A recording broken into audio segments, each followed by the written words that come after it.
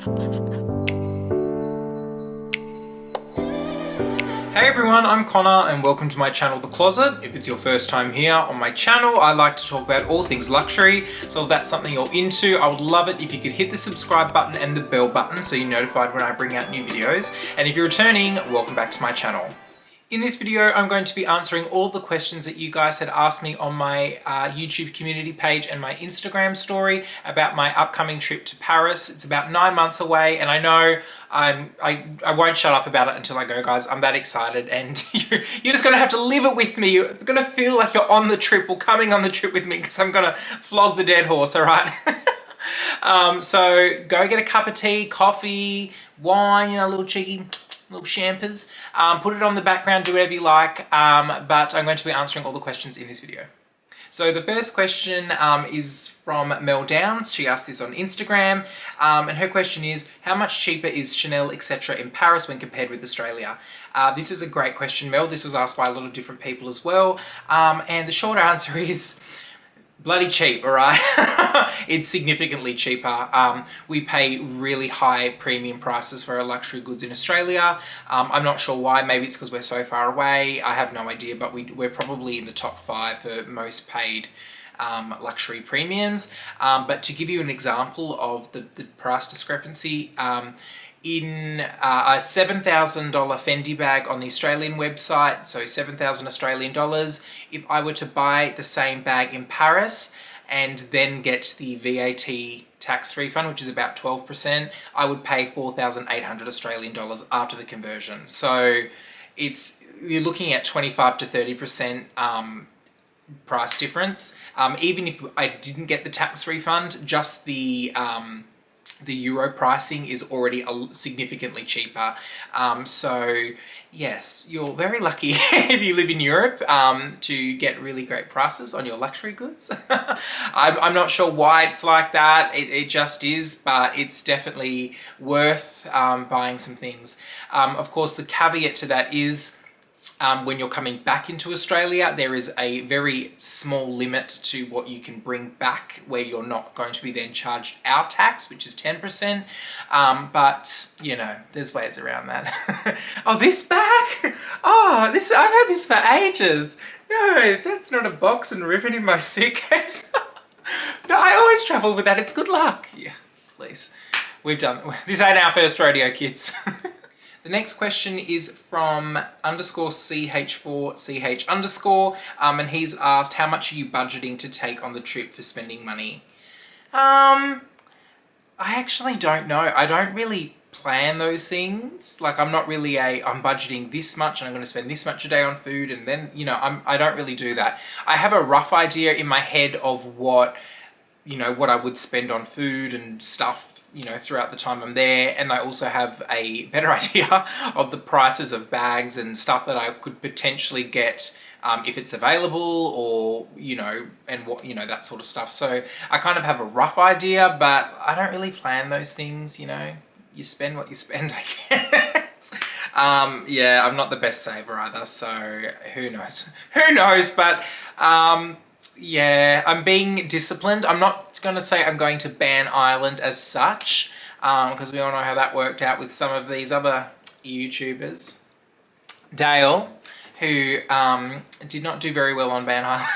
So I'm not going to set the stakes high, but I am making a conscious effort to put money aside for the trip. And, you know, we'll see how we go. Sandra has asked on my YouTube community page, hi Connor, will you be courageous and tasting some French specialties like eating snails, frog's legs, foie gras? I don't even know what that is. Or you keep it safe and easy with the food you know. I'm laughing because I'm literally like the world's fussiest eater. Like, it's really bad. I'm a really fussy eater, and it makes me uncomfortable sometimes going to places where I don't know what the food situation is. So that is a no. I will not be eating any of that stuff. I might, like, if there was a gun to my head, I could possibly eat the frog's legs. Like, that doesn't, like, the idea of eating frog's legs isn't like the most repulsive thing, but eating snails, I could not do that. No. But yeah, I mean, I've been to Europe before and I know what the food is like there, and you know, Europe loves a little mystery meat tray as well. So if I'm eating camel or something, well, if it tastes good, it tastes good. But I am obviously not a massive foodie because I am such a fussy eater, but I will try, okay? I'll try eat some different stuff maybe. And Sandra has also asked in a second question, what is your main goal to visit Paris? What makes an Australian take such a long trip to Paris? Is it for the culture or sightseeing? It's one of the most beautiful cities in the world. Is that what the appeal is, or just for shopping? Sandra, that is a great question. I guess when you live in Australia, you are so physically disconnected from the cultures that are around the world. And of course, Australia is a very multicultural country. We have so many different backgrounds of people that live here, and we get to celebrate lots of different cultures and holidays and stuff like that. But really, we don't have a very long history, and when you go to countries in Europe, anywhere in Europe, the architecture, the culture, the way of living, it's so completely different. And it's really important, I think, to kind of immerse yourself in different cultures, because it changes your perspective. You see a different way of living. And I know that I'm going to, a Western country essentially, but it is still very, very different to Australia. Just everything is different. Why I want to go there, when I was little, I've been to Paris before, and it was a city that I just fell in love with. Of course, I love the fashion houses, I love shopping, I love the history. I am a museum person. My mum is a big museum person, so we've always gone to art galleries and museums and things like that. So I do love the historical side of it. So I'm definitely going to go to museums. I'm going to go to Versailles again. So there's lots of different things that come into it. It is a very long flight. It's about 24, 25 hours. And it is what it is, but it makes it more exciting because it is such a long trip and you don't get to do it all the time. It's exciting to go to a different country, and it's something that, I can't wait to do. So I guess that kind of answers your question. The next question is from Varsha from Knowing Lux, and she has a YouTube channel as well, so I will link it down below. Definitely go and check it out.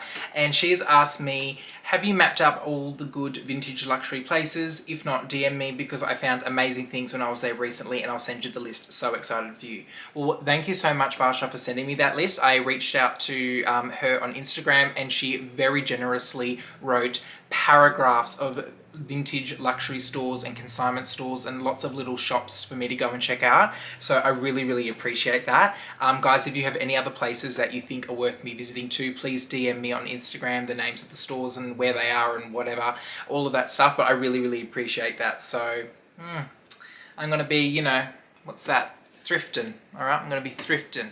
All right, so the next question is from Little Lux Treasures on YouTube. She's asked, what's your top priority when it comes to luxury shopping on this trip? Inquiring minds need to know. Lol, for real though. Probably my top priority would be going to stores that we don't have in Australia.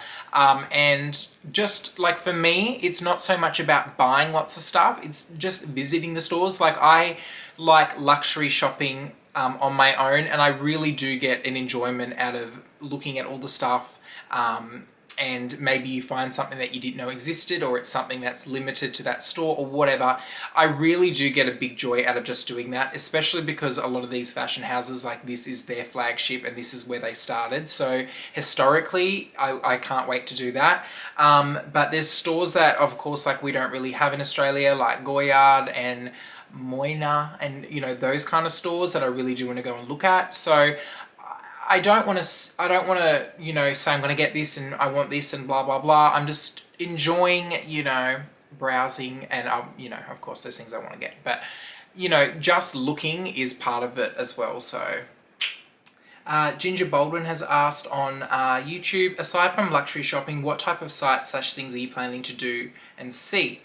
It's a bit too early for me to kind of like lock in days and this is what I'm doing, but there's a few things that I do want to do. I'm definitely going to Disneyland. Like, I am like hardcore Disneyland fan. When I went last time when I was a kid, I went there and absolutely loved it. So I'm definitely going there. Even if it's by myself, I don't care. I will have fun and, you know, no regrets. So definitely going to Disneyland. I want to try get to Versailles again. I definitely, obviously, of course, want to go to like the Louvre and Musée d'Orsay and all of the kind of big museums, because the art there that they have, it's just, it doesn't come to Australia. It's so much of it is, you know, stuck in those museums. So from a historical point, I get a lot of enjoyment from seeing art and museums. In terms of like going up the Eiffel Tower and the Arc de Triomphe and all of that, I've done that before, so I kind of don't really have a big desire to walk up all those stairs again. But of course I will go and see it. And you know, I'll probably set a list of things that I want to do closer to it and sort of like lock in days and stuff like that. But at the moment it's kind of just the main things. But what was the thing that I really wanted to do? Oh, I've been looking at a lot of the tours that they have for the fashion houses, like the Louis Vuitton Foundation tour, museum, whatever it is. And there's the Chanel one. So I'm kind of like weighing up the options, what I would get the most out of, what would be worth giving up a day, or, you know, the best part of the day to go and do. So if you guys have done any of those things, please let me know if it's worth it or not. I know already a lot of people have said that they've done the Louis Vuitton one and it was really great, so I'm definitely looking into that. But for now, I've got a list on my phone of things, and then I'll probably, you know, like Australian Idol, Big Brother it, like narrow it down closer to it. So yeah. The next question is from Jane Church, and she asked this on Instagram. Also, if you haven't gone and subscribed to Jane's channel, I will link it down below. Go and check out her channel. And she's asked, are you planning to learn any French before you go, maybe on the language app? I do have Duolingo on my phone, and I have done lots of the French, more like noun association and the colours and the numbers and, you know, just the basic kind of stuff. I found though that pronunciation, like, forget it. It's never going to happen. But in terms of like seeing what the word is, I know what it is and I can retain that. So I'm a very visual learner. Like, if I read something, I'll know, like, I'll remember it and I'll remember it what it is, but it's just, you know, pronouncing it and, you know, the grammar and everything like that. It's really, really hard. Especially in Australia, like, linguistically, we have a very, I guess, nasal accent, and it's very flat, and we don't use our throat and we don't use, you know, our nose and stuff to talk. We use the front of our mouth. So learning different languages is obviously very hard, but I do know the basics. You know, I can order food and ask for coffee and all the important things, more wine. So it might get better, but I'm practicing. It's just really hard, and, you know, I'll test it out there. They'll probably all laugh at me over there, but whatever. The next question is by Nadia. Hey Nadia. Nadia is currently in Europe living her best life at the moment, so I'm very, very jealous. And she's asked, do you have a wish list set for bags that you want to purchase over there? I don't have a wish list. I've kind of got things that I would like to get over there, and the main reason for that is, you know, I'm trying to like manifest, but I know what the stock levels are like over in Paris especially, and I know that there is a good chance that things that I want may not be in the store or may not be available or whatever the case may be.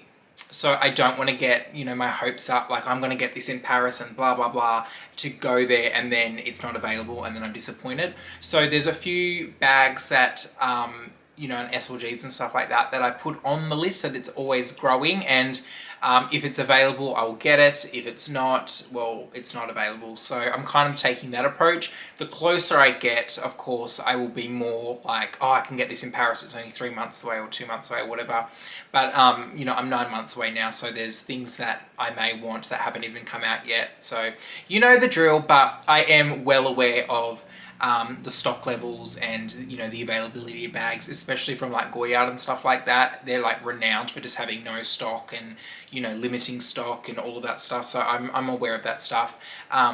I guess the benefit is that I am going in a off-peak tourism season, so I'm going in May, at the very beginning of May, just before the kind of summer season starts, more towards the end of May. But I guess that might be an advantage. I mean, of course, it's still Paris, it's still going to be busy, but it's not going to be as busy as it gets. So, you know, you never know. And the last question, and this was asked by probably about 10 people, and that is, am I going to try to get an Hermes appointment at the flagship store? The answer to that is I'm going to try, but I'm very realistic of the expectation that it will probably not happen. So if you're unfamiliar, the flagship store for Hermes has like a lottery system for an appointment. There's a million videos of it on YouTube. If you want to know more about it, I suggest just go and watching one of those because people have done a lot of details into it. But basically, the night before you intend to go to the store, you go onto the website, you put in your passport number and your name and everything, and it goes into a lottery system, and then you find out the next day, the next morning, I think, whether you got an appointment or not. They say, I guess on average, you have to be kind of in Paris for about 8 to 10 days to, you know, increase your chances of getting an appointment, because generally people get them around the 8th to 10th mark.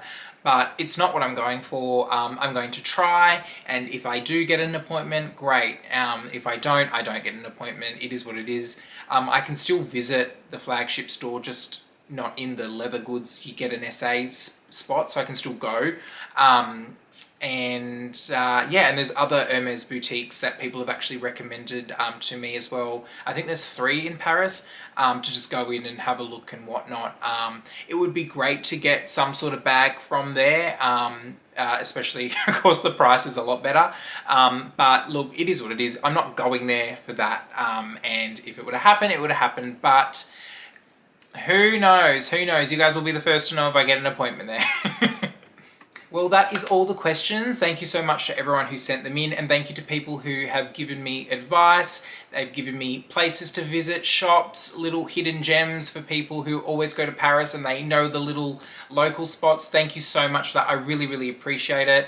I promise I'm going to shut up about Paris now. I've reached the limit, but I'm excited and I want to share it all with you. And the next, I think, 9 months now are going to fly by, and I can't wait. If you did like this video, please give it the thumbs up. And if you have not already, please subscribe to my channel. And I hope to all see you next time.